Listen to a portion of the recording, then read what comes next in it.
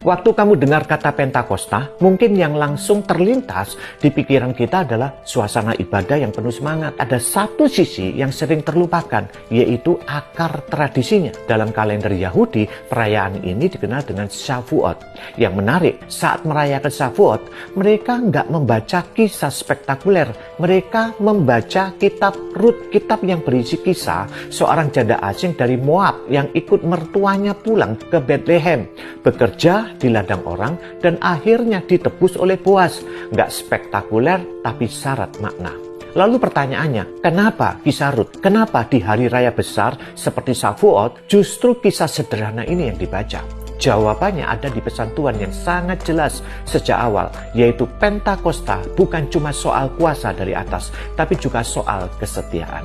Rut bukan orang Israel, bahkan menurut Ulangan 23 ayat 3, orang Moab dilarang masuk dalam komunitas umat Tuhan. Tapi justru Rut yang seharusnya tertolak secara sistem, diterima oleh Tuhan karena kasih setia dan iman radikalnya. Dan Tuhan bukan hanya menerima dia, Rut bahkan dimasukkan ke dalam silsilah Yesus. Lihat Matius 1 ayat 5. Secara logika manusia, ini nggak masuk akal. Tapi dalam kerajaan Allah, ini sangat masuk akal.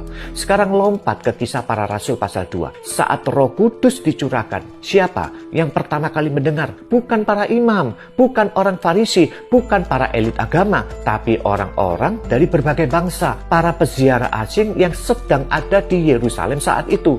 Dan mereka mendengar Injil dalam berbagai bahasa mereka sendiri. Kisah Para Rasul pasal 2 ayat 8-11. Dengan kata lain, Pentakosta adalah momen pembalikan total.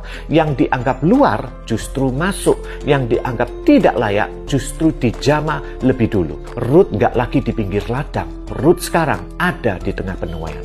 Tapi sayangnya banyak orang Yahudi hingga hari ini masih berhenti di perayaan Shavuot. Mereka merayakan panen gandum, membaca kitab Rut, mengenang pemberian Taurat, tapi gagal melihat bahwa semua itu menunjuk pada sesuatu yang jauh lebih besar, yaitu penggenapannya di dalam Yesus Kristus dan pencurahan Roh Kudus. Ibarat orang yang nonton trailer tapi nggak pernah nonton film utamanya.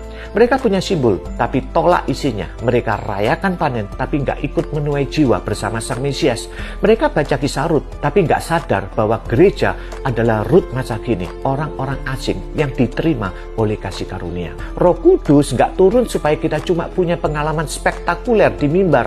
Dia turun untuk membakar hati kita dari dalam, supaya kasih Kristus nyata di luar, supaya ladang dibuka bukan dipagari, supaya orang-orang seperti Rut tahu Pentakosta juga untuk mereka. Amin.